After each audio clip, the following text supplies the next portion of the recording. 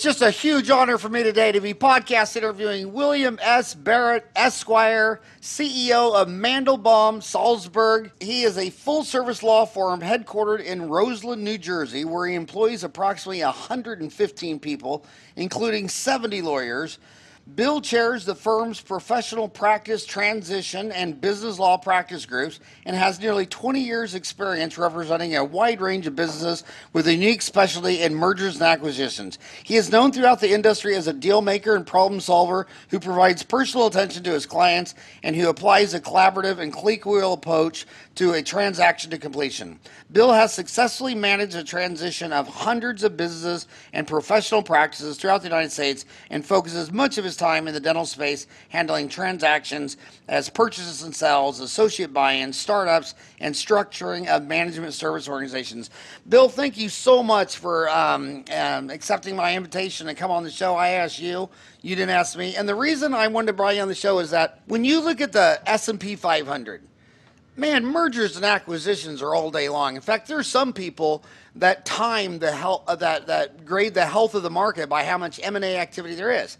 In my 30 years of dentistry, every dentist I know that's doing $3 to $4 million a year, they were in some small county, and every time old man McGregor decided to sell his practice, he thought, well, shit, I'm just going to buy it and move it into mine, because I'd rather do that than him sell it to some young, highly energetic whippersnapper. So they might have started practicing in a small town with 10 dentists, and 20 years later, now there's only 7 dentists because he bought the guy that retired every 5 years. So my question succinctly is this: why is M&A activity everything in Wall Street, and it's just not even looked at in dentistry? Well, it's interesting. I've actually seen recently a major uptick in M&A in dentistry. There's a lot of deals going on out there right now. And, right now I think that sellers are in high demand. There's a lot of buyers out there. And really, in the spirit of full candor, we're busier than we've ever been in terms of the volume of transactions that we see. We have a lot of multi-practice operators that are trying to compete with DSOs in their own right. You've got DSO deals that are driving a very active marketplace, and I think that you see M&A expanding also because doctors who are maybe not necessarily ready to retire and sell that practice to the young doctor or who wants to take over or to maybe their friendly competitor up the street. They're looking at offers from DSOs where, part and parcel of the deal is sticking around for a few years, and it gives them an opportunity to take their chips off the table and put it in their pocket and then continue to work. So what I've actually seen is a lot more activity than I've seen over the last 20 years. So, it seemed like 10 years ago, any old man that was my age to 65 knew they could always call up to, like a Heartland and sell their practice. And then the great thing about selling to someone like that, they could do the deal and close it and just write you a check, no big deal. But now you hear a lot of these DSO guys saying, you know what, we don't like him as much because, say you buy a dental practice and it's got 32% labor, and then they go in there and they have to give people pay cuts and lay people off. They say that doing a turnaround is so difficult, they'd almost rather start from scratch. Do you still see a lot of DSOs swooping in and picking up existing offices, or are you seeing a trend towards shifting toward more de novo, meaning they start them from scratch as opposed to acquiring an existing? Yeah, I see them acquiring existing practices more so, especially when they can establish a footprint in a particular geography. And if they can find a physical plant that's available for sale, my experience is that often as they enter into a particular geography, they'll look for a larger practice that they can target.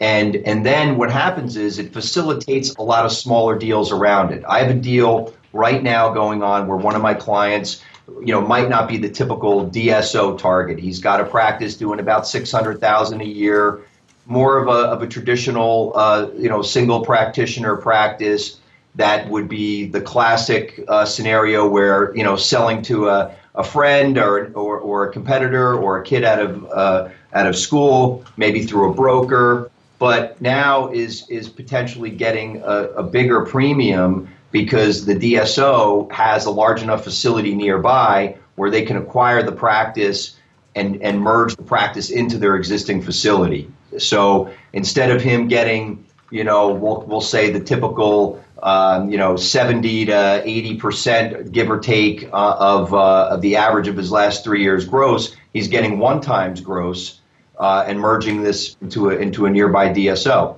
And by the way, as I tell you this from a background standpoint, I'm not necessarily saying that I'm a big fan of where this is all going. I'm just stating simply that from what I see, and we pick up about 2 new practice transitions a week on average, and we do them all over the United States. And, that's what we're seeing. I guess time will tell whether this is a good thing, a bad thing, or indifferent, but it's definitely a thing and it's happening. What about all our Canadian listeners? Do you do Canada too? We don't practice in Canada. We have some relationships there, but because of licensing issues and other issues, we are pretty much anchored in the United States. So, as far as your comment about the DSO, I mean, I know it's an emotional issue. I know whenever you talk about religion, politics, sex, violence, DSOs, Pew, dental therapists, I mean, they're hot button topics. But the bottom line is, the 8% of emergency room visits, 8% are odontogenic teeth in origin, because the dentists all work Monday through Thursday, 8 to 5. In Phoenix, Arizona, if you're gonna get injured on a Sunday, you better break your leg or your arm, because the ambulance will pick you up and take you to an open hospital 24 hours a day. You could find the tooth fairy riding a unicorn before you'd find a dentist open on Sunday. So, and the other thing is, the existing practices, they don't hire all the 5,000 dental graduates every year, and the DSOs will take all of them. So if you're old school and you're not going to hire the dental graduates who need a job, and you're not going to be open weekends, then the free market is going to rail in the end. But what I see in the DSOs is when I see a small town, say Sioux Falls, and you got a dental office, and you decide, you know what, I'm wearing too many hats. I'd like to have a full-time marketing director, accountant, HR. So I'm going to cover this town. Instead of just being in the south part of town, I'm going to build an office in the north, east, and west. Well, now you got 4 offices. So now you can have a layer of, 5 people that are full-time: president, marketing director, HR, legal, accounting, and they're crushing it. But what I don't see working is then when they have another layer of management, some headquartered in another state, that's trying to scrape, 14, 15, 16, 17% off the top. They're not adding 17% value. So I see the DSO market that's really hot is the local DSOs that are just in like a certain state or a certain county. Those guys truly have scales of efficiency.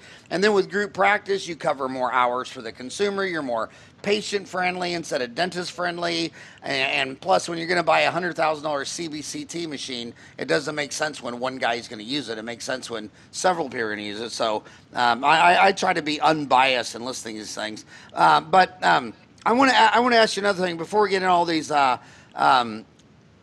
mergers, acquisitions, partnerships. So when a dentist gets married, it's based on great sex, love, children, family, holidays, and that fails half the time. Now you're going to advise some kid to marry another dentist that they don't have sex with, they don't have children with, they don't spend evenings, weekends, and holidays? I mean, doesn't that have to fail more than a marriage? Isn't the failure rate of that have to be greater than that of a marriage? Well, that's an interesting question. I would say that in theory, that's exactly how it should play out. It should be worse. Sometimes, and I don't know what it is, but sometimes money can be the thing that binds and heals all wounds. And perhaps, I don't know, but perhaps that's one of the reasons why partnerships somehow find a way, I think, to work on a higher level or more percentage than a marriage, because there's something about one's living and that manages to keep people together. Because I've had partnerships fall apart for sure over the years, but I can't tell you how many times I'll sit down with a client who's complaining about their partner, but they're really not prepared to do anything about it or to split from the partner, and they're much more interested in working it out. And ironically, maybe even more so than working out their marriage, they want to make sure things work with their partner.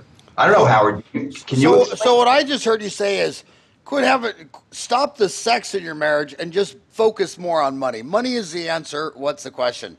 But no, I think that's an interesting point. And then the next level of emotional with partnerships is, I hear this every time I'm in school.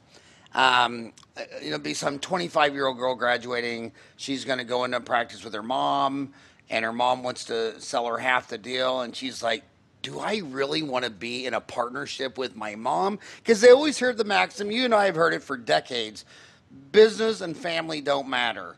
How do you advise a kid, and say you're that shy little girl, and say the dentist is your dad, and your dad's this dominant alpha bull male, and now she's going to be a partner with her dad.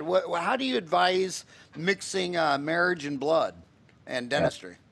Well, it's a hard question, and I think you kind of nailed it when you described the different types of relationships. It really comes down to, for lack of a better word, a cultural thing. How you're going to get along and how this relationship is going to work out often goes to the heart of the relationship itself. And I've had a number of parent-child practices over the years that I've represented, that I continue to represent, and transitions that I've done. And, most of them have actually worked out, but it's usually because Junior, for lack of a better description, spent some time working with Senior and had a chance to see whether that relationship was really a good one. But I always tell the younger doctors going into these things too, that, and this is not just even for parents and their kids, but for any scenario where you've got a senior person and a junior person, they are always going to view themselves as the boss. I don't care whether you buy 50%, and that the document that I draft gives you all sorts of powers and rights.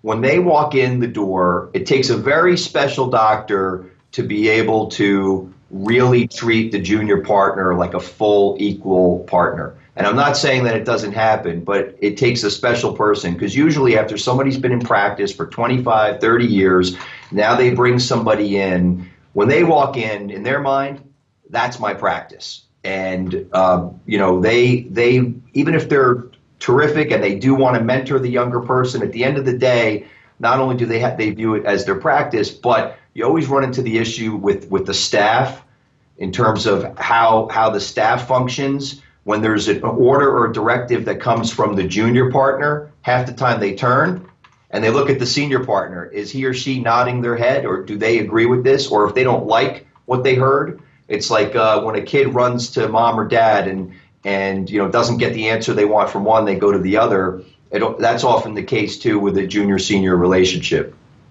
So getting back to your main point, which was, how do you advise someone going into a partnership, especially a son or a daughter? You really have to make sure that the chemistry works, and you also have to establish the full transition. What is not our plan just right now while we're gonna start this, but what is the full game plan? At what point does mom or dad or senior partner, whatever the case is, at what point in time do they plan on transitioning and completing a full transition? Everybody needs to be on the same page right out of the gate. And I also want to clarify some for the young kids, because you, after your name, have Esquire, ESQ. They also see JD for a jurisprudence doctorate. I think of Esquires as more British. Is there any legal difference between an Esquire and a JD? Not necessarily. Some people will put JD after their name when they're not a practicing lawyer. So, for example, I'll see people, for example, a financial advisor who happened to have gone to law school, and they'll put that down to symbolize the degree they receive, but they're not actually practicing. That's one of the only nuances I've seen. But so ESQ means more practicing, and JD means more educational. Yeah, from my perspective, but I'd be lying to you if I were to tell you that I knew precisely the answer. But are you a JD? Yeah, I went to University of Virginia School of Law, and then I passed the New York and New Jersey bar. So I already know my homies.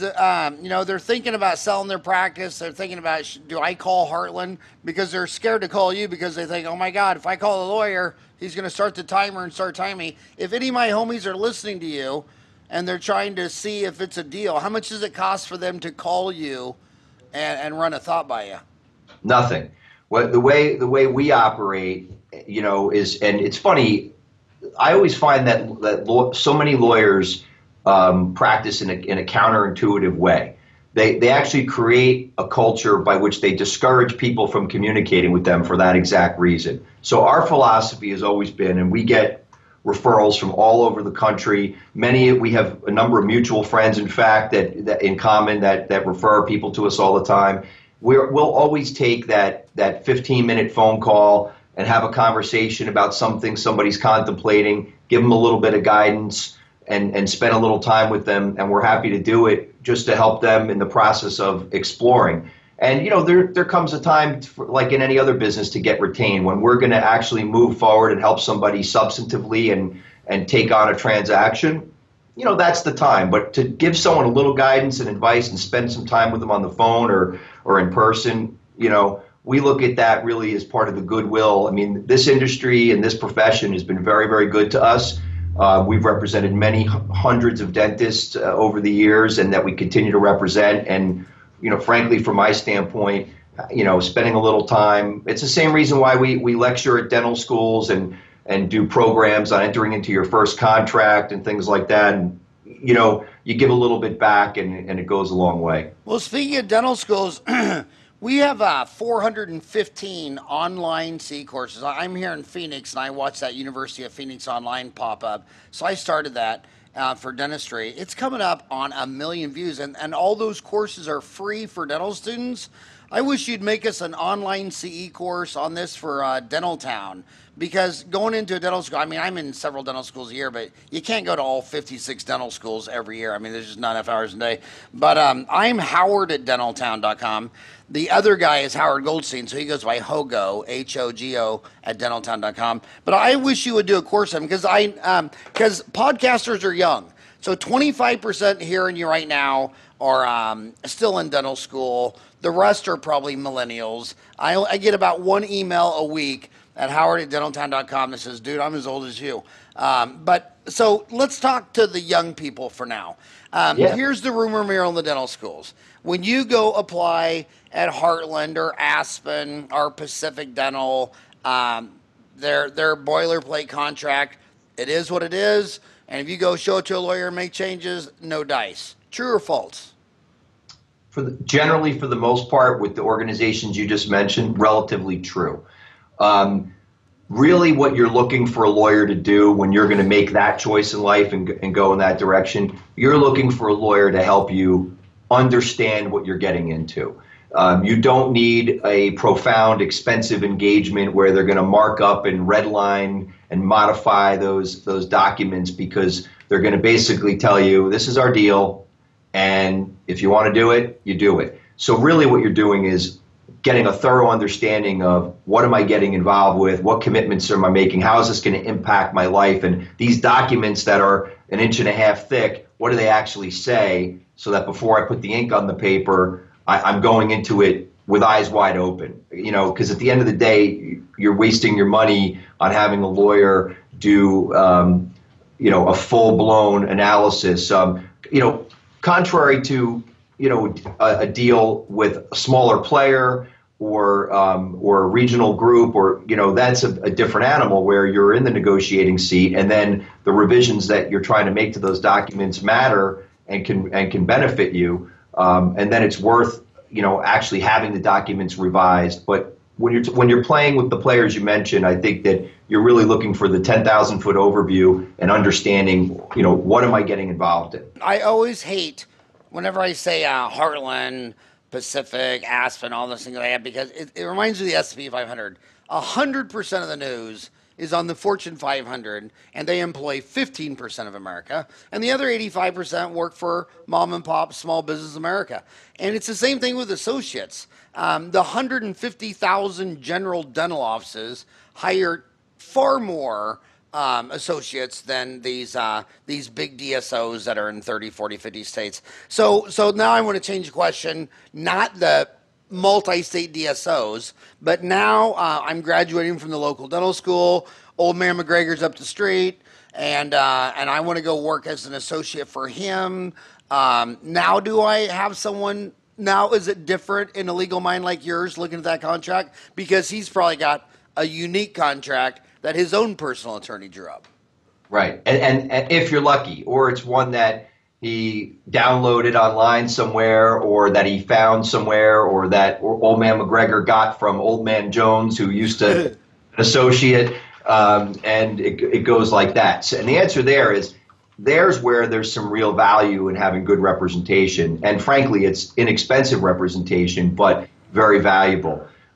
So there's a lot of things that associate can do. And the first thing, obviously, and the obvious thing is they need to protect themselves on the restrictive covenant in terms of, what if that relationship with old man McGregor is just a short-term association, for maybe a couple of years or so, and they want to do something after that, how is that contract going to impact them? Because one of the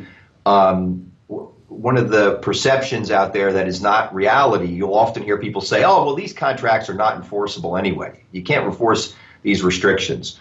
And in a place like California, where non-competes are not permissible and only non-solicitations are, that may be true. But basically, just about everywhere else, not only are restrictive covenants enforceable, and non-competes in particular, so long as they're reasonably limited in their time and in their geography, there's cases in most states that actually make them more enforceable, for lack of a better description, for a doctor than for a layperson.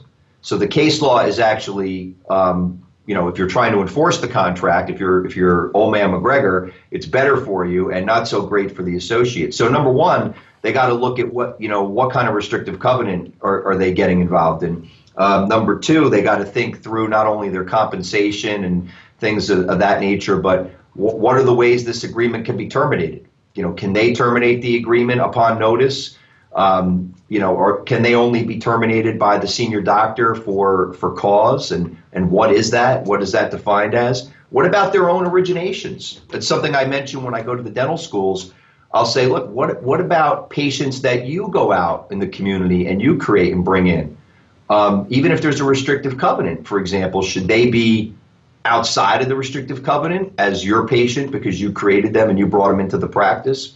So there's a lot of things to look at and consider when you're entering into an associate agreement to protect yourself as a young doctor. And it's very important to have it reviewed. And a lot of people don't. I get a lot of phone calls where it's after the fact and they say, hey, I want to go and I want to open up a practice, or I have this opportunity to buy a practice down the road.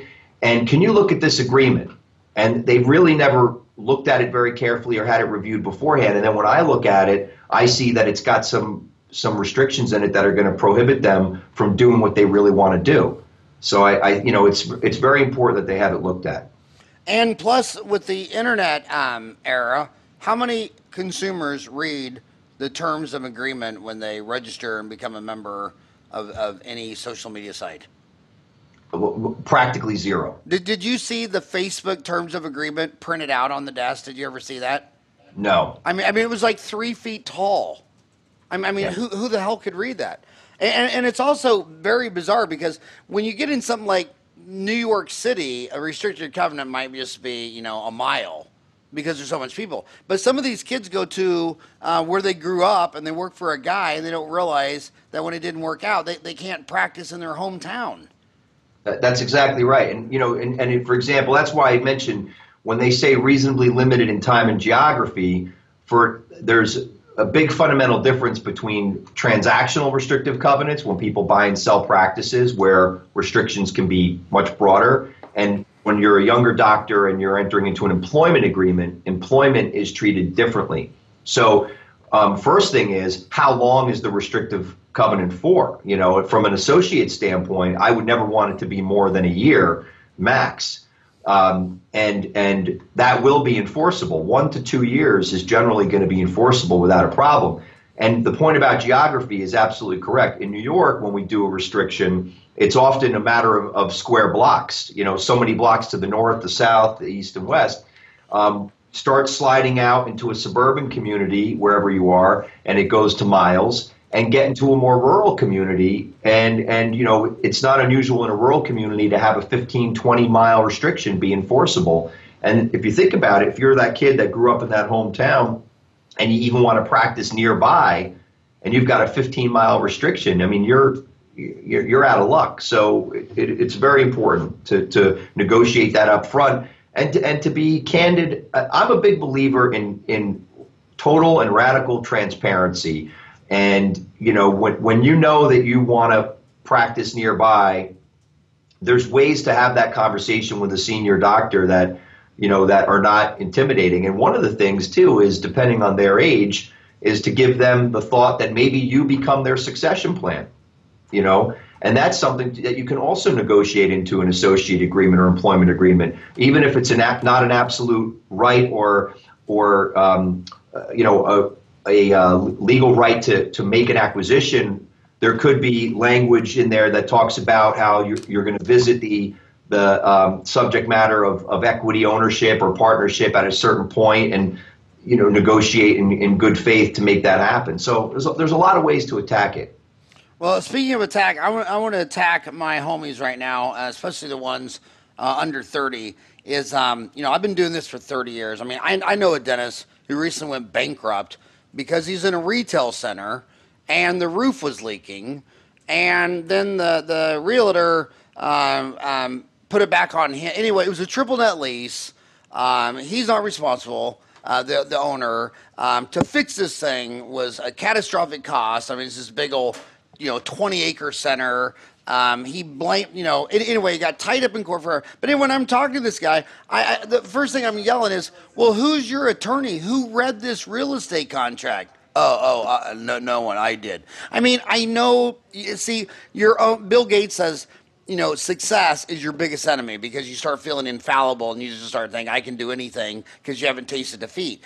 And these dentists, they got A's in all their classes. Everybody said they're the smartest one in the room, so they don't get professional help. They even try to sell their homes to themselves. You know, I'll just do it myself. I'll save the real estate fee. Oh, really? So now you do root canals and real estate? Really? You know all the nuances of root canals and real estate, how this can come back to bite you? So I'm telling you, and then the second bias they have, which I feel so sorry for them, because it seems smart that, you know, you want to trust someone. So what do? They go ask their pastor, their priest, the guy at the ward, you know, well, who's the attorney that you recommend, or who's the CPA? Well, that lawyer might not have any experience in dentistry. I mean, you have 70 lawyers working for you. Do you know any dental transaction law firm of that size in the United States? I don't. I don't know one that's half that size. So kids, what I'm telling you is, just because you got an A in calculus, physics, chemistry, and biology, you don't know shit about real estate law, associate contracts, purchase transactions. Don't sell your house by yourself. Don't buy it from someone selling themselves.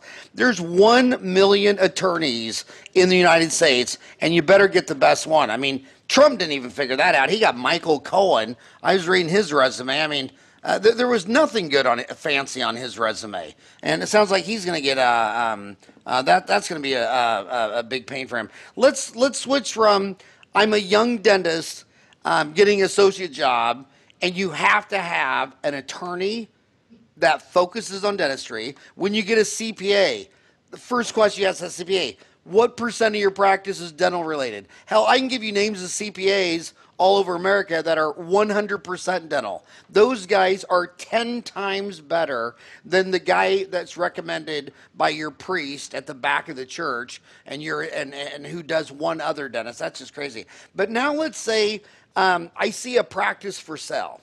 And I read it on Dental Town classified ads. By the way, those classified ads on Dental Town, they're all free. If you're looking for a job, you can post your own resume just like you can on Monster Jobs. Dentists looking for associate, they can post the whole deal, looking for a deal, selling a practice, buying a practice. So I see a practice.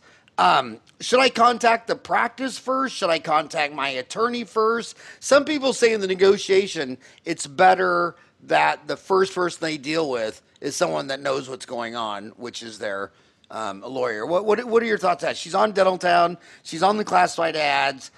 She wants to practice in Phoenix. She sees 5 practices herself. She thinks she wants this one. What should her next step be? Well, the first thing that I would do before I'd spend money on professionals is I would meet with the doctor, the seller, and I'd want to check out the practice. I'd want to get together with them and talk to them about their practice, their philosophy, because you want to identify right out of the gate, culturally, is this a practice? Because remember, it's a practice, it's been around, it's got patients, it's got staff, there's a way that things have been done.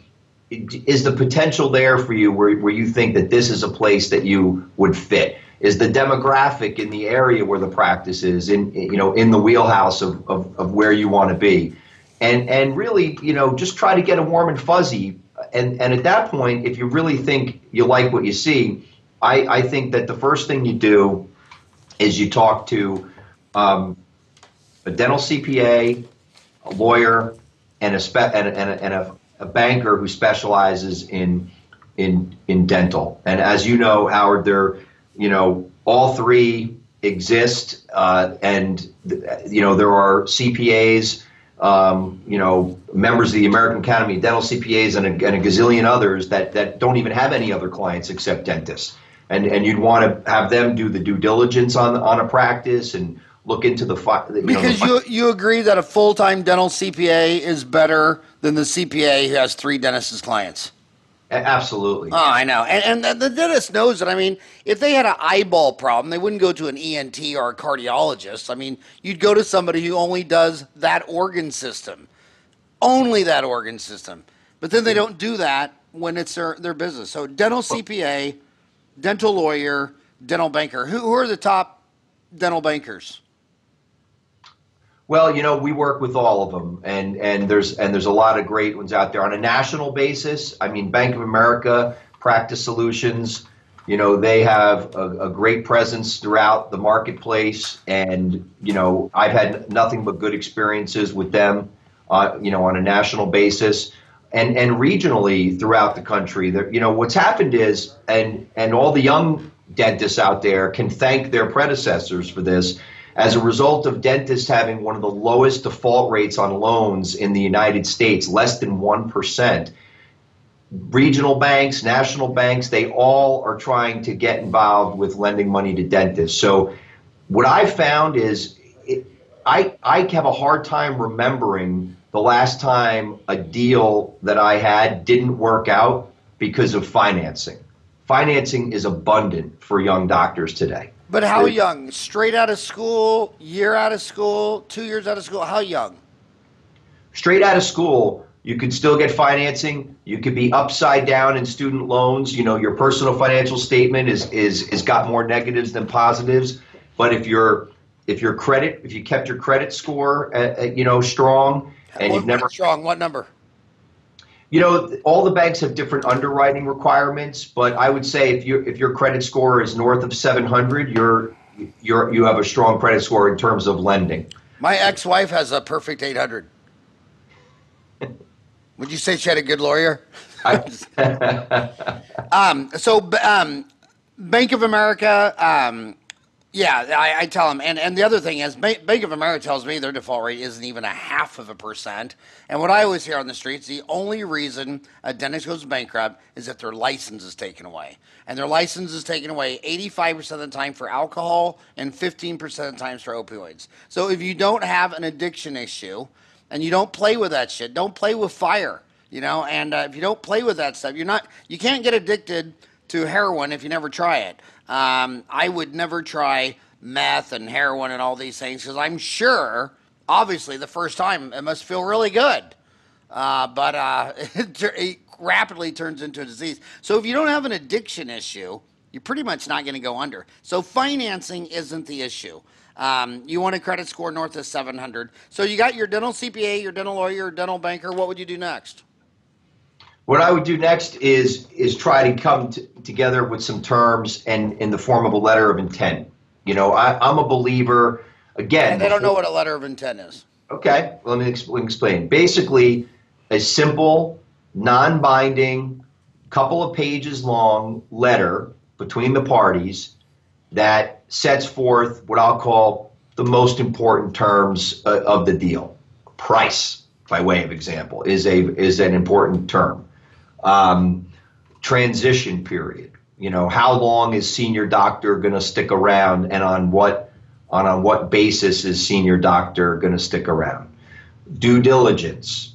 What kind of period of time will I have so that I can let this excellent accountant and this lawyer that I've hired actually help me look into this practice and make sure that I'm getting one that's financially sound and doesn't have any legal issues.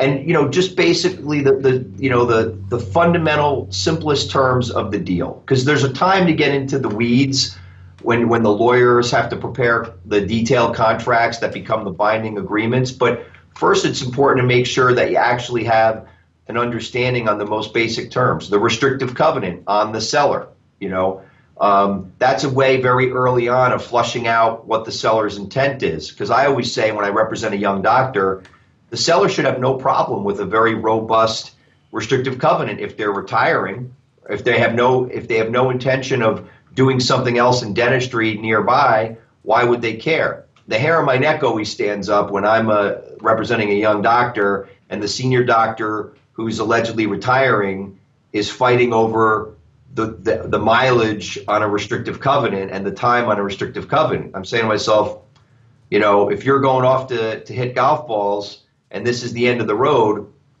why do you care that much? Those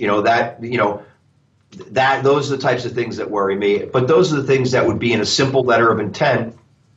And if you come to an agreement on those basic terms, then it's worth making the bigger investment in your accountant's going to do the due diligence, your attorney's going to dive in and write the contracts. But at least make sure that you have an agreement on that. And we can help, any good lawyer can help their client with that. In a practice that's listed with a broker, one of the services a broker will often provide is that they'll help with the letter of intent in terms of getting those basic terms established. So there's a big big transaction firm named AFCO out of Atlanta, Georgia, started by Alan F. Thornburg. And he did something that is very different, where he dual representation. He always said, if the seller gets an attorney and the buyer gets an attorney, it's all hell's going to break loose. So he recommended that he just represent both of you. But I'm sitting here with an MBA mind thinking, well, who are you actually representing? I mean, are you representing me or him? And Alan would say, well, I'm representing both of you. What are your thoughts on dual representation by something like that? Well, look, I think I've worked with AFCO before. I've worked on transactions where they're involved, and and I think that they're very good brokers, and that it's a very good company.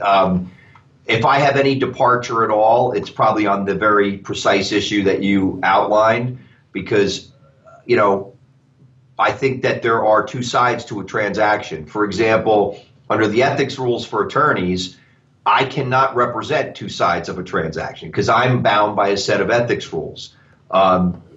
Brokers in dental practice transactions in most states have no rules at all. And in some states, they're often bound by the rules, or they fall under the auspices of the real estate boards for no other reason than that's a place where certain governments have plugged them in. But at the end of the day, there are two sides to a transaction, and they do have competing interests. And, I think that each side should be represented by their own independent counsel. Whether you're the seller or the buyer, you want someone who is zealously representing your personal interest. And, your attorney is not getting paid a commission whether or not this deal closes. Your attorney is representing you and being paid for the services that they render. So their motivation is to give you the best representation possible. They want to help you achieve your goal of closing a deal, but it's not at all cost to them. So I am a firm believer that each side should have their own independent representation. I'm sorry. Go ahead, Howard.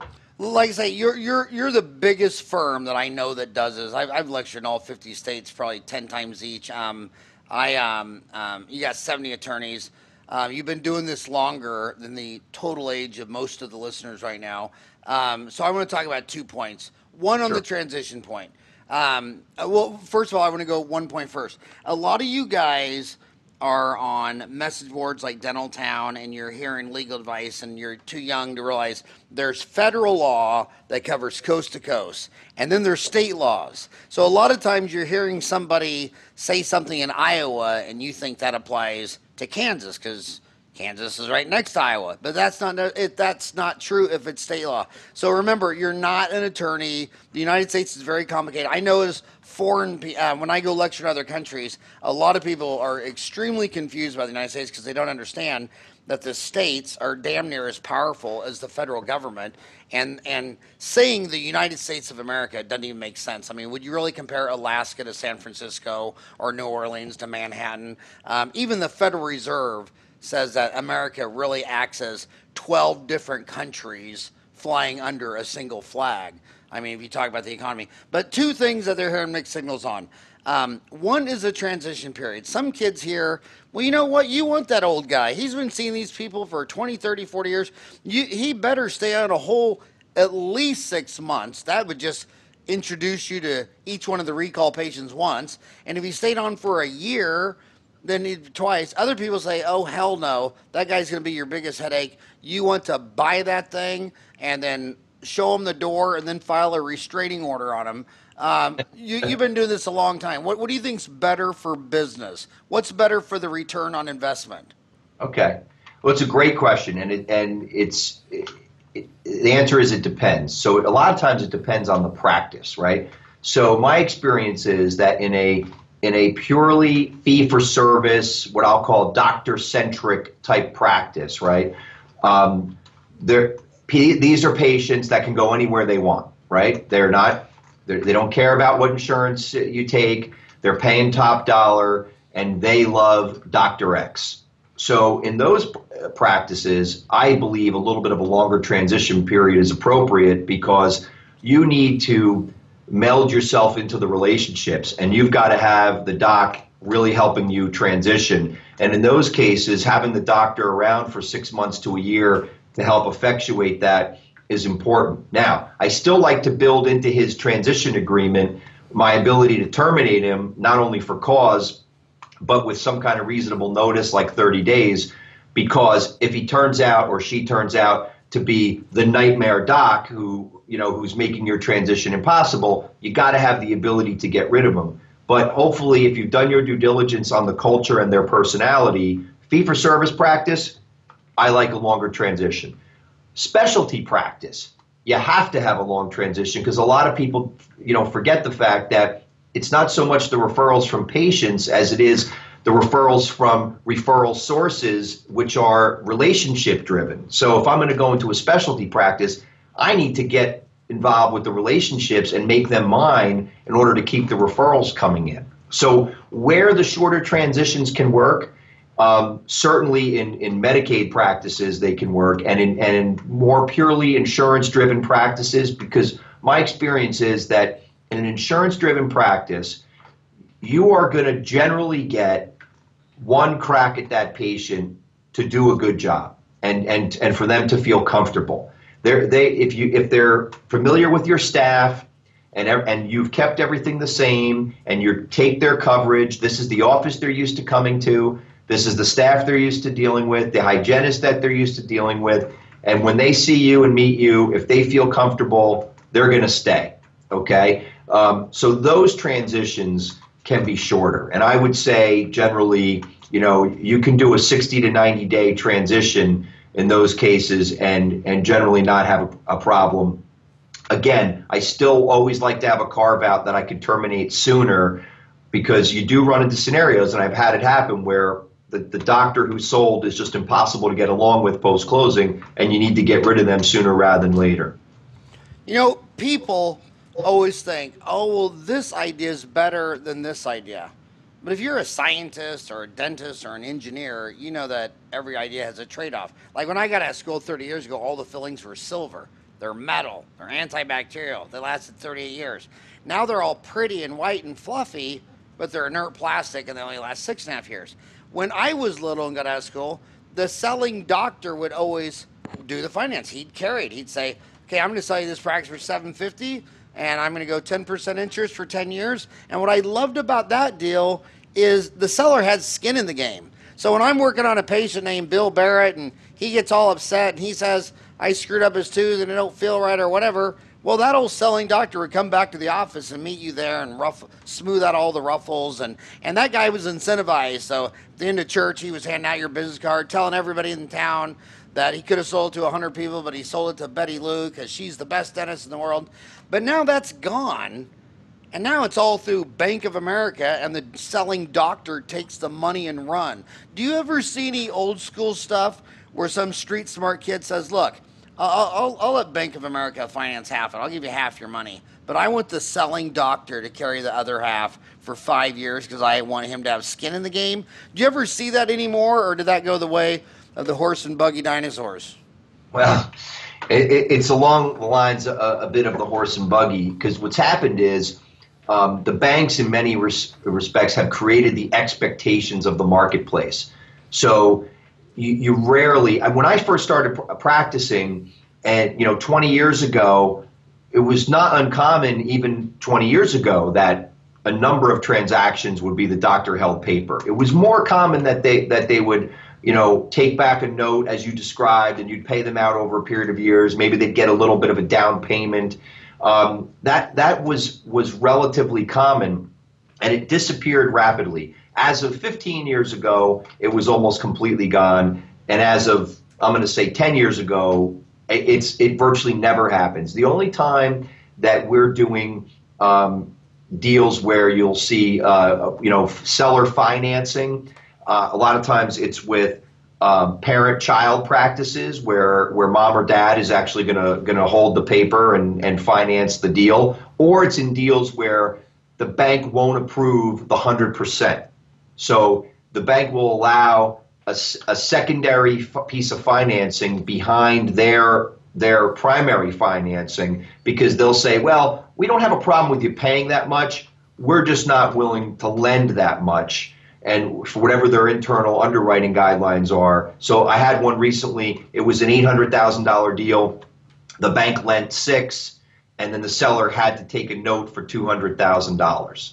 And it's a subordinate note. So the seller really has a vested interest in you performing. And for those who don't understand what subordinate means, it means that the secondary lender, that seller, doesn't get paid if the primary bank, like Bank of America, doesn't get paid.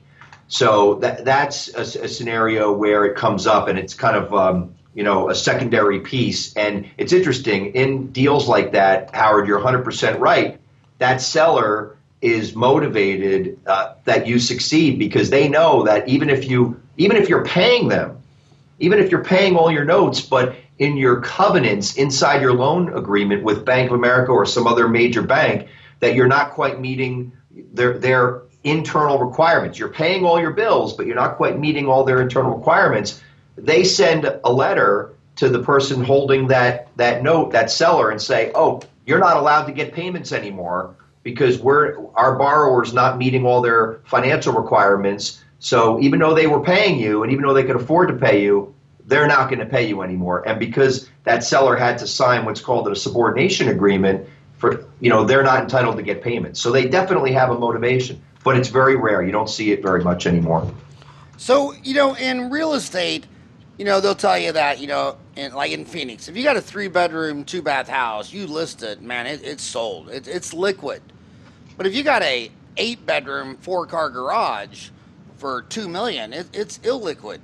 What's the 3-bedroom, car garage in dentistry. What's the most liquid size of a dental office today, and where does it become illiquid? Okay. So I think what you're asking me is at what point do you become so big that you're hard to sell? And at what point are you kind of in the sweet spot where everybody is really a potential buyer? Is it okay to rephrase it that way? Sure. Okay.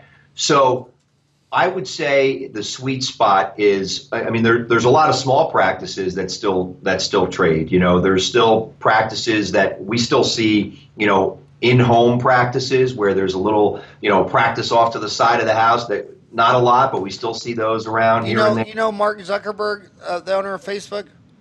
Yeah. Did you know? Did you know his dad's a dentist? Yes. Yeah, that was what Ed's practice was. Ed's first floor was a dental office, and then they lived on and then the second floor was, living room, front room, dining room, and the third floor is a bedroom. But it seems like in my brain, I've only seen those up in the Northeast. Yeah, that's primarily where we see it as well. And, practices that there's still practices that trade at $150,000 to $250,000. But I would tell you that up until, again, this is just ballparking it, but up until $1 million practice, young doctors who have associated for a couple of years can get financing for that. There's a lot of buyer opportunity there because right now it is still a seller's market and there are still a lot of buyers. But once you start getting up over $1 million and bigger, the potential buyers start to drop off because now you're talking about significant financing. And as you approach into the high millions and up, there's where the DSO market is becoming very powerful because, I have a practice right now that one of my clients is trying to sell, two of my clients actually at the same time, and they are significant practices. One of them is doing about $6 million a year. The other one is doing about $8 million a year. There is no buyer for them except for somebody that's backed by private equity. I mean, and when I say no buyer, of course there's exceptions, but very few. 100% of all my friends who got their office to over $3.5 million to $4 million, the only person they sold to was Rick Workman of Harlan. No one else could even entertain that offer, and Rick would do it, just write a check. Yeah, and that's exactly right. These larger practices, that's the route they're going. But up until $1 million, we see those deals getting done all the time, and there's a lot of buyers out there looking for those practices. And I want to tell you another thing I've noticed last 30 years where I've seen these kids. A lot of times they anchor on the price. And by the way, when these practices are selling, what would you say the median mode mean average selling practice is? What value? So it's a very loaded question. So it's hard to answer precisely, but here's how I'll answer it. Based on my experience and what I've seen, the range of where practices sell is somewhere, depending on the practice, and I'll explain that in a second, somewhere between 60% and 85% of the average of the last 3 years gross collections is where I see most practices. And whether they're at the closer to the 60% or the 85% depends on their profitability, the age and quality of their equipment and their technology, how much and what type of insurance they take. So, for example, if I'm a purely insurance-based practice, and maybe I even have some per capita plans, or I've got some union plans, that's going to be down towards that 60%. Whereas if I have a nice fee-for-service practice that's a blend with some high-end insurance coverage, I'm going to move towards that 85%. And that's kind of in the traditional way that we always looked at practices. But again, going back to private equity, they kind of toss that out the window a bit because they look at a dental deal, the larger ones like we described, they look at a dental deal exactly like they would any other deal. And that calculation is based on earnings. EBITDA? Correct. Explain EBITDA. Earnings before interest, taxes, and amortization. Right. Interest, taxes, depreciation, and amortization. It's basically What is drilling it? Interest before, no, earnings before interest. Then what's next? Taxes or depreciation? earnings before interest, taxes, depreciation, and amortization. So I'll just remember that, duh, because it ends in DA. EBITDA, earnings before interest, taxes, depreciation, and amortization, which is how all of Wall Street works. Correct. And that's where that's why when you first asked the question about how we usually see values, I described it in the traditional way, which still applies to a ton of deals. And when you get to these larger practices, they're looking at it very much in a Wall Street style model, and that's where sometimes you'll see purchase price that exceeds 100% of gross, because the earnings are substantial, and it will justify that. And then what the buyer will do in those cases is pay EBITDA times some multiple, right? So what EBITDA really is, to try to just make it simple, it drills down to your actual earnings. So it takes away amortization is, they take away the debt service, they take away depreciation expense. You're drilling down to the earnings, and then they look at, for example, if you weren't performing the dentistry and instead you had an associate performing dentistry, let's say you'd be paying the associate 35%. Well, the difference, what that selling doctor did with their two hands, would slide its way into earnings, because a DSO thinks along the lines of everybody's going to be paid like an employee, not an owner. So that goes into earnings. And because they're smart and they understand that the nature of closely held companies and some expenses and things like that might be expenses that wouldn't be expenses in corporate America, they even have add backs into EBITDA. So they'll look at, things like the car that was on the business and say, well, that car will not be on the business's books post closing. So that's actually additional earnings, and it goes into the bucket. And that's kind of dentists have always done peanut butter and jelly accounting. Like, they'll tell some guy that's saying. But by the way, whenever a dentist tells you what their overhead is and profitability is, let me just tell you something. They're never right. They don't know their numbers. Like they say, yeah, my labor is 20%. You say, well, does that include FICA matching? What? Does that include uniforms, continuing education? Again, this is why you need a dental CPA. Another thing they'll do is they'll pay off their building. So now that they don't pay rent, so they don't factor in, and the other guy, the average mortgage is 5%. Well, you would charge yourself cost of capital. I mean, if you have land in a building and it's paid off, well, if you sold that land and building and put it in bonds, you'd be making money. So they never know their numbers. And what you just described was peanut butter and jelly accounting, where they'll say, oh yeah, my profit margin is 35%. No, if my associates around here, they're paid 25%. So I always paid myself 25%, because when I'm doing dentistry, the cost of a dentist's labor is 25%.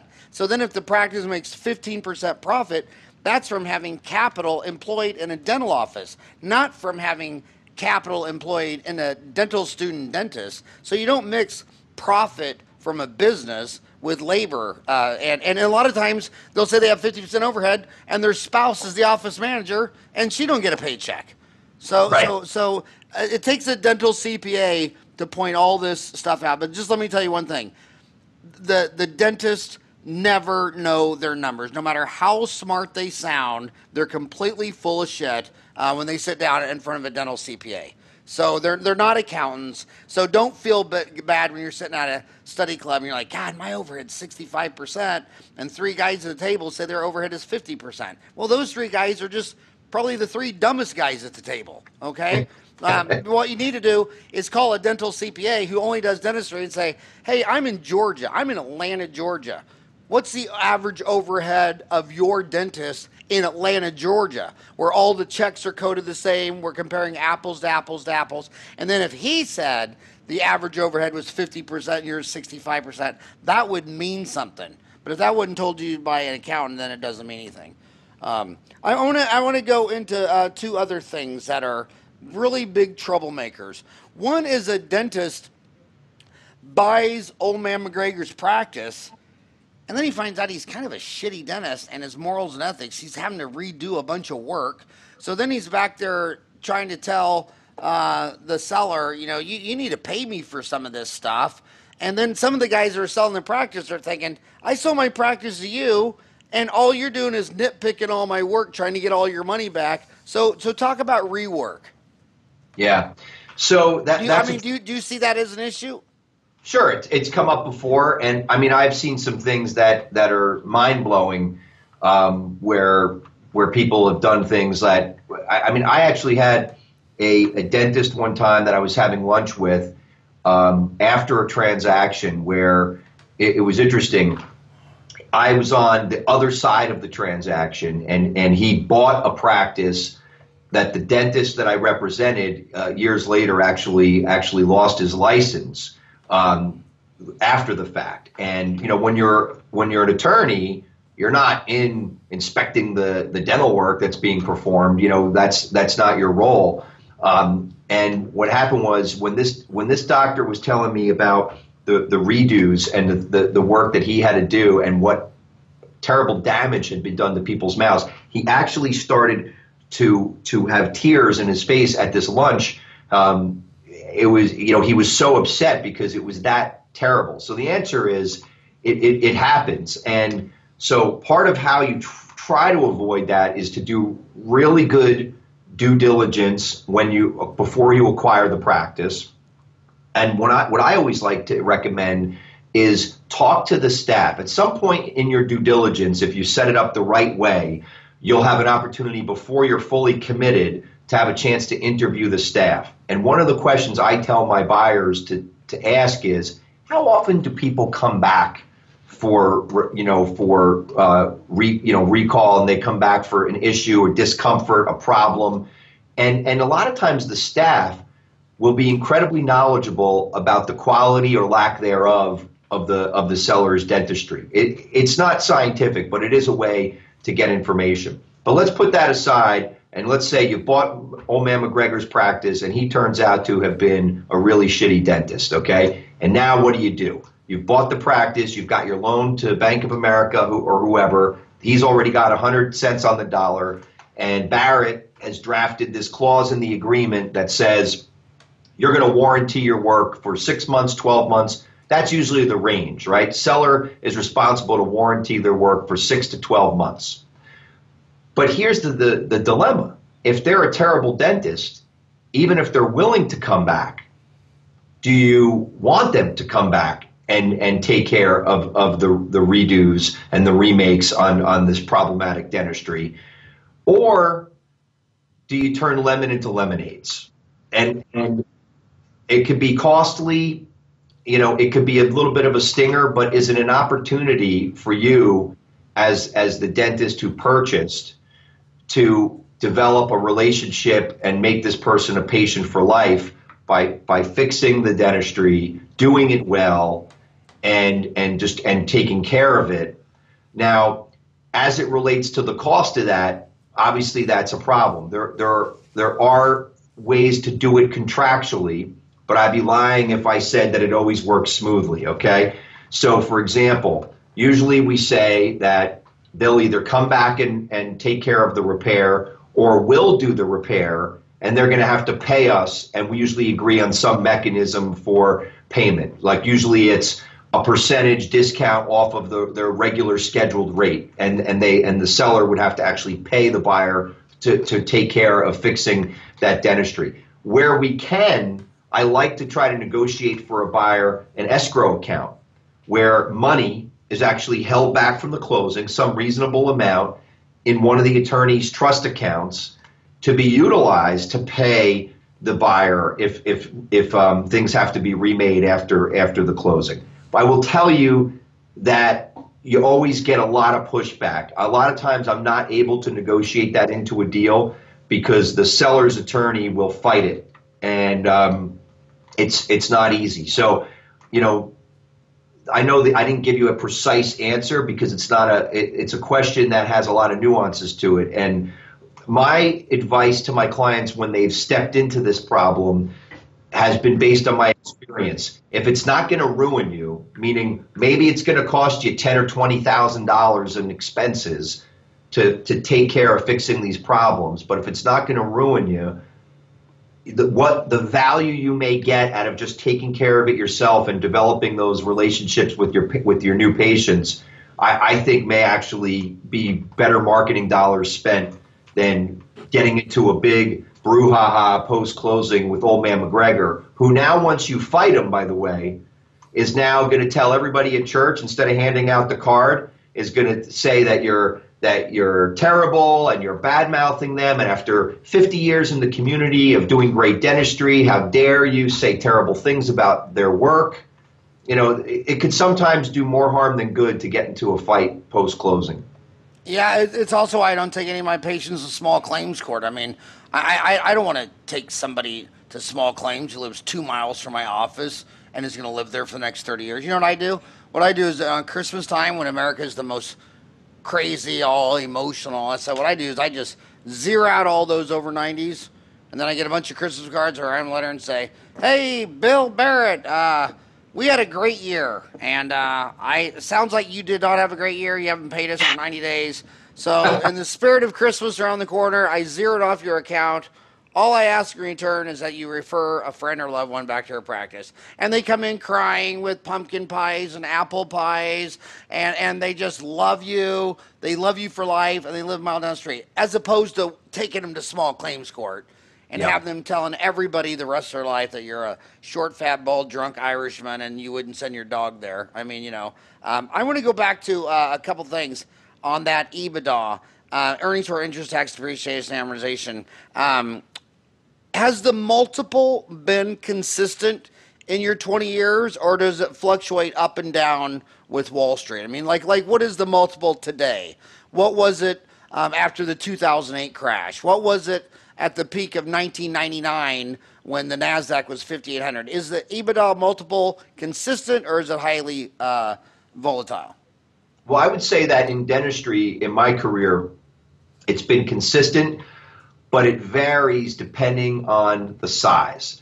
So, for example, in like your bread and butter, 1 point something million to 3 million or so practice, the ones we've been kind of talking about a bit, generally, and even higher than that, if they're one location or maybe two locations, you're looking at somewhere between a 4 and a 5.5 times multiple, and that could take you anywhere again from like a million and change or 2 million up into $6, $7, $8 million, depending on how many locations. When you hear about these stories about, oh, well, I heard somebody got 10 times, they got 10 times or 12 times earnings, it was because they got their EBITDA number up very high. They were in double digit type, in terms of, 8-figure kind of EBITDA, and that mandated a bigger multiple. And that's where you see that. But I don't see a lot of those deals. I would say that 85% of the ones that I see are falling between that, 4, 4.5, and 5, 5.5 range, and somewhere in between. And what would you say the median price of a selling dental office? I know I've asked that before. I mean, out here in Arizona, I hear the average price in Arizona is $750. But is that an Arizona deal, or do you think that's more of a national deal? Well, I guess there's so much variation. I mean, we do dental deals that are literally, we'll do deals for a couple of 100,000 up to millions, and it just depends. But I think there's a certain consistency in value depending on the size of the practice, and I find that it's relatively consistent. I mean, that's based on my experience. So what I mean by that is a practice that is selling for $750 where you are is probably selling within $50,000 of that number, give or take, everywhere else. We went over our hour. You got to go, or can I hold you for some overtime? I'm yours, man. Okay. What about back to the liquidity? Is there a big difference in liquidity between urban renewal? I mean, is it easier to sell a practice in Phoenix than it is, Parsons, Kansas? Well, it depends a lot of times on the practice itself, really. How robust is the practice itself? I mean, for example, like New York City is a what do you got, 10 million people, right? But having a dental practice in New York City is tough because the competition is massive. I mean, you'll have floors in a building with 20 dentists on the floor, let alone on a block or in a building or in a neighborhood. So, I find that whether or not practices trade at good liquidity or they're in demand is often driven by just the practice itself in terms of its value. So your website is lawfirm.ms. What is law firm? Can't forget that law firm. That's an easy one to remember. What's .ms? Is that Mississippi? No. So the firm's name, and we've been in business since 1930. The firm's name is Mandelbaum Salsburg. So as part of our branding, whether people like it or not, because I have partners in my firm that will debate it either way, it's lawfirm.ms, and MS stands for the name of the firm, Mandelbaum Salsburg. Well, but it's got to stand for a country, though, because it's internet language. So what is the country that MS stands for? Macedonia, maybe? I don't know. What is it? That's pretty cool. People are doing that. There's I think there's 220 internet. It's Montserrat at British Overseas Territory. Say it again. Montserrat. Here, talking to the mic, Sonny. It's Montserrat, a British Overseas Territory. So it's a little island or something. Oh my gosh, you're a British. But yeah, there's another one is .to. I think TO's for Tonga. But one of my friends started it was a referral app technology for general dentists referring to their specialist, and he went with refer.to because I'm referring to you. So I put refer.to, so to, which is just the domain name for Tonga, and pretty damn cool. So yeah, you're Montserrat. You're a British island. Is a Caribbean island in the Leeward Islands, which is part of the chain known as the Lesser Antilles in the former British West Indies. It is a British overseas territory. Another deal. What's that? I learned something today too, and it sounds like a place that I may want to go to. I know. But what are my homies going to find if they go to lawfirm.ms? What are they going to find? Do they on your website? Well, they'll find, first of all, that the firm has been in existence for 88 years this spring. So that we have a long history. We have lawyers practicing in 25 different areas of specialty within the firm. So what's nice about that, and what they learn, is that when they have a matter or a transaction or a deal, no matter what comes up in that deal, we have the expert. So if they have a tax issue, we have tax lawyers. An employment issue, we have employment lawyers.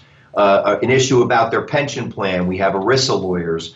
Real estate, banking, whatever the need is that comes up in a transaction or in their life, we have the different specialists all under one roof. So they never have to go to another law firm. They can have all the services handled in one place. And what they'll also see is that we're members of a worldwide organization called Primaris. And this goes to one of your points earlier about how weird the U.S. is about different jurisdictions and practice.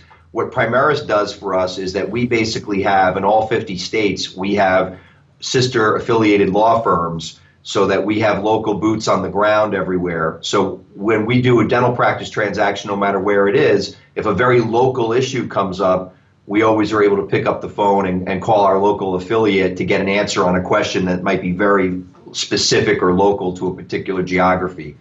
But I think people, if they come to our site and check it out, they'll get a real flavor for the firm and its capabilities and a long history. One final question, because I think I'm just so excited that I'm talking to an attorney and it's not costing me anything. I just can't stop. What you talk about shadow accounts, the various deal structures involved in associate buy-ins, including creative options like shadow accounts. Well, that's news to me. What's a shadow account? Okay, is that part of the Illuminati or? It's a little out of the box. It's, one of the things that we're always trying to do is, skin a cat a different way, and there, when doctors are trying to do associate buy-ins and they're trying to come up with structures, every structure can have a little bit of a plus or a minus to it. For example, if I want to buy into a practice and I want to get financing from our friends at Bank of America, like we talked about, that's great. But Bank of America is actually going to require the seller and the practice to guarantee the financing. So sometimes the seller will say, "Oh, great, I'm doing a buy-in with my associate, but I'm actually guaranteeing their loan. I'm kind of guaranteeing my own transaction." Or if we do, for example, a sweat equity deal where somebody is getting interest in the practice over time in exchange for performing services, we have tax problems with that, because if I'm the young associate receiving an interest in a company and I didn't pay cash for it, I got something of value without actually, having paid. And what happens is then I'm subject to income tax on the value of that interest. So that has problems with it. So each type of structure has its pluses and its minuses. Shadow accounts was an idea.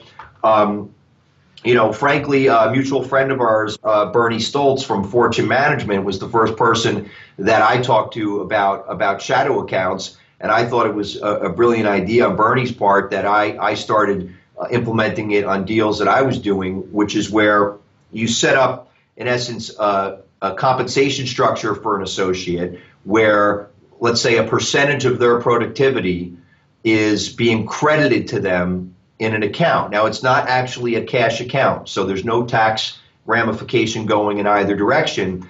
But in essence, what we're doing is we're accumulating a dollar amount that when they eventually buy in, if they stay with the practice and they buy in, they will get a discount in their buy-in equal to the amount in this shadow account. And so, for example, if their buy-in, let's say, is $500,000, but by earning X percent of their productivity over a period of years, they built up a $100,000 discount, they pay $400,000 instead.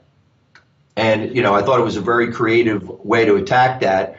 And it's good for both parties because you don't have a negative tax implication. And there are, under the tax code, not to get too complicated, but under the tax code, there are certain permissible discounts when you're buying a minority interest or when you're buying something that there's not a readily available public market for sale.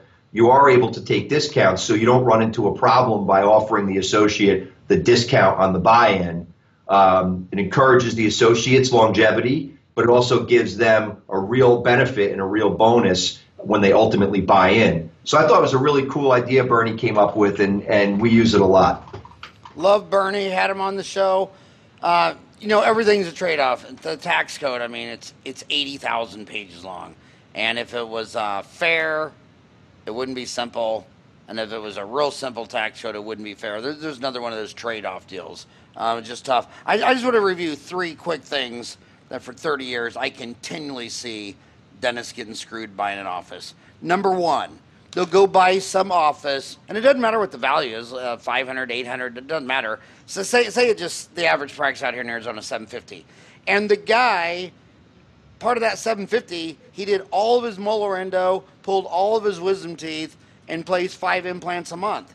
The kid buying the practice doesn't do molar endo, doesn't know how to place implants, and the first year drives that $750,000 practice down to $500,000. And the genius dentists are the ones who reverse that.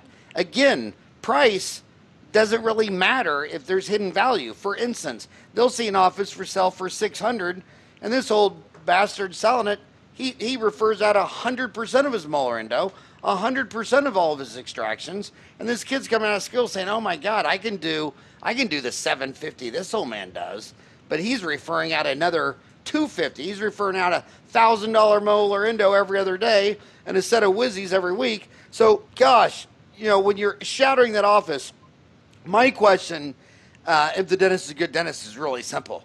I just go, you said ask the staff how much work's come back. I go around and ask staff, who is he the dentist of? Does all the staff go to him? Do they bring their husband to him?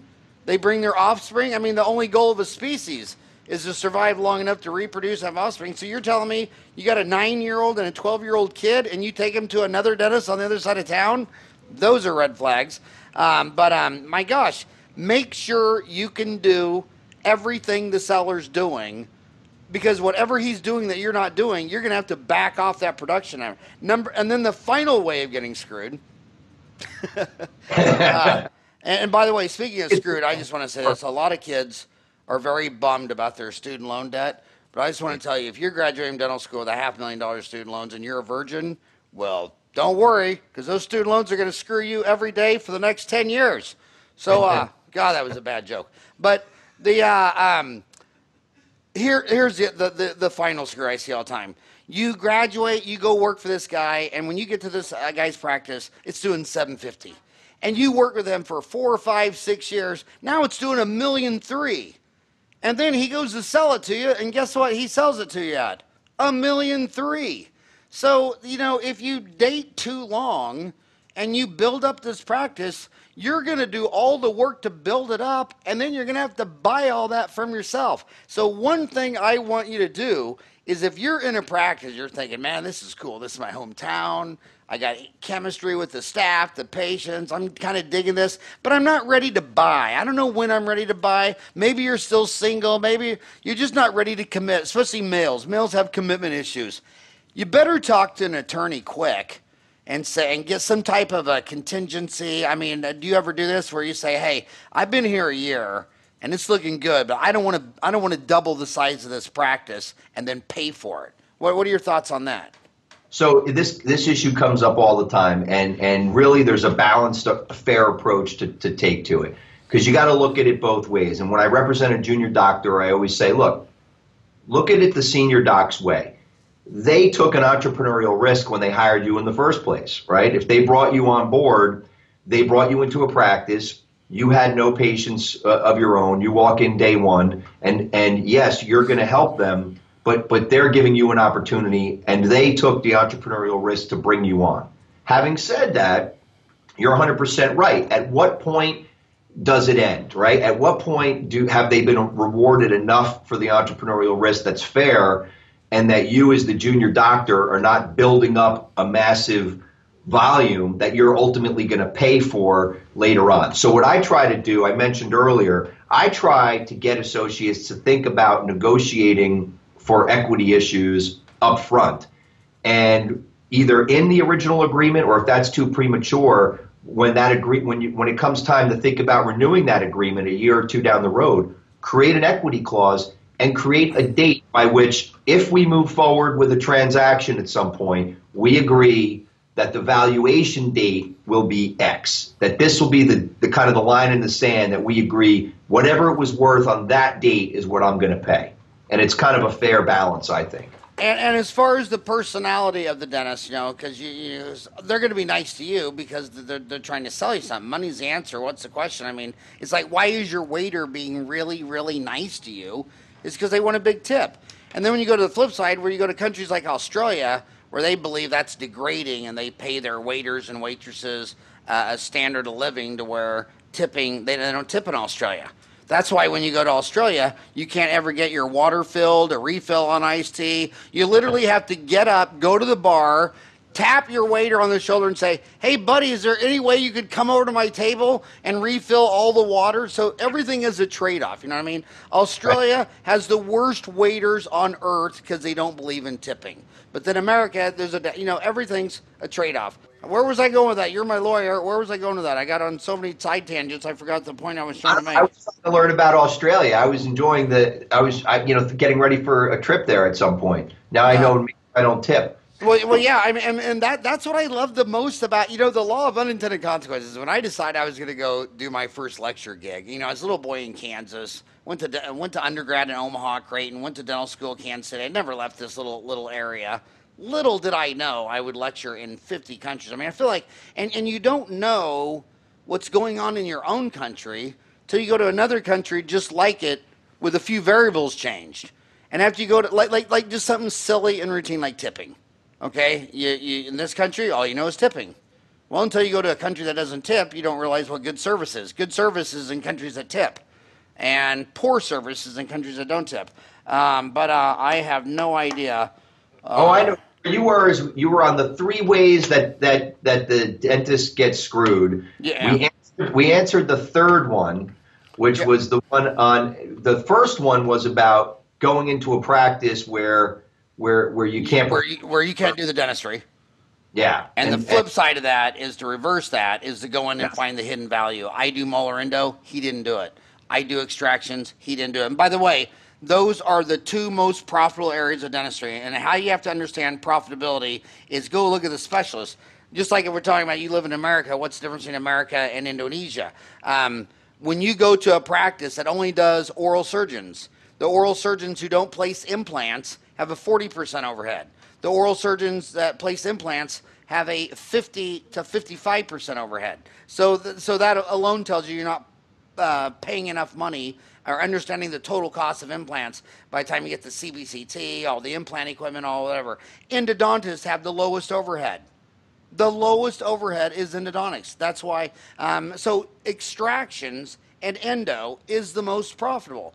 And when you're in dental school and you tell me, well, you don't like oral surgery and you don't like endo, well, I don't care. I'm pretty sure my ancestors didn't like staying in a cave all frozen winter eating mastodon shit.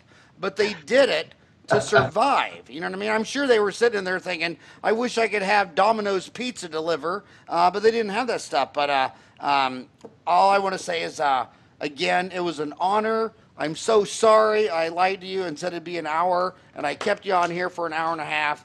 I find you truly amazing. I hope someday you make us an online CE course, or the next time you go lecture in dental school, just film it. Because it's scalable. You and I don't have time. That's like, I used to go to so many dental schools. Now what I tell dental schools, if you want me to come lecture to your class, Skype me in. You know, I'm not gonna fly to New Jersey for free because there's not enough days in the year. I can't do 56 dental schools a year. So what I've been doing is Skyping into a lot of dental classrooms. And that's really fun. But thank you for all that you do for dentistry. And thank you for coming on the show today and talking to my homies. Oh, it was my pleasure. Thanks for having me. I really enjoyed it, and I look forward to doing it again. And I also would love to do a class for you guys. It would be great. Did you email him and Hogo? Well, my son Ryan just sent you and Hogo an introductory letter. Like I say, it's the most scalable way to teach dental students. Just make an online course. And the millennials prefer to watch an online CE course on their iPad on their couch than driving down to the convention center. They're driving down to the convention center. That's an old time thing. Absolutely. All right, buddy. Have a rockin' hot day. All right, you too. Be well.